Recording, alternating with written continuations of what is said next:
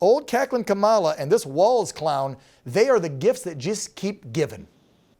Well, Dan, it's how ironic. I think Kamala Harris, who was probably leaning to Pennsylvania Governor Josh Shapiro as a candidate who could perhaps win that state, a key swing state, but then Obama pressures her into to passing over Shapiro, who's Jewish, for fear of losing the enormous Muslim American vote, which is overwhelmingly Democrat, in both Michigan and Minnesota. So they go with Walz as the safe choice.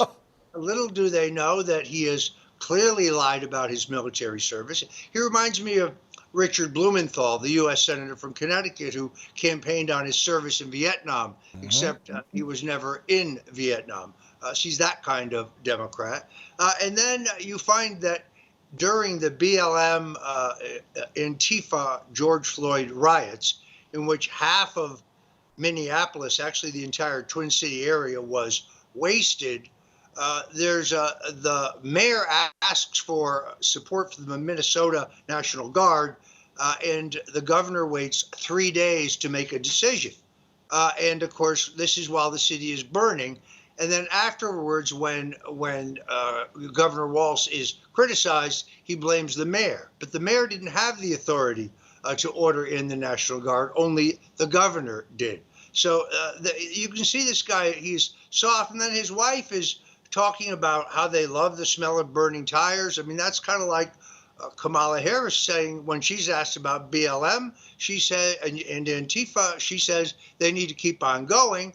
And she goes lying to raise money to bail some of these hoodlums out. How do you call yourself a journalist anymore and you don't come out and go, Kamala, do you think it was right the way you got installed and Joe got stepped over?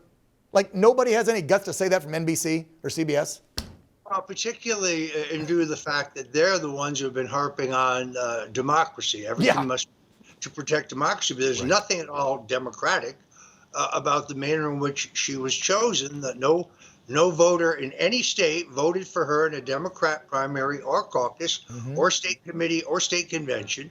So she was selected by essentially Obama ultimately and the Clintons, along with Chuck Schumer and Nancy Pelosi. They're all in a cabal. They forced Joe out. They literally bludgeoned him out. They cut off his money. They got the New York Times to trash him. They motivated George Clooney.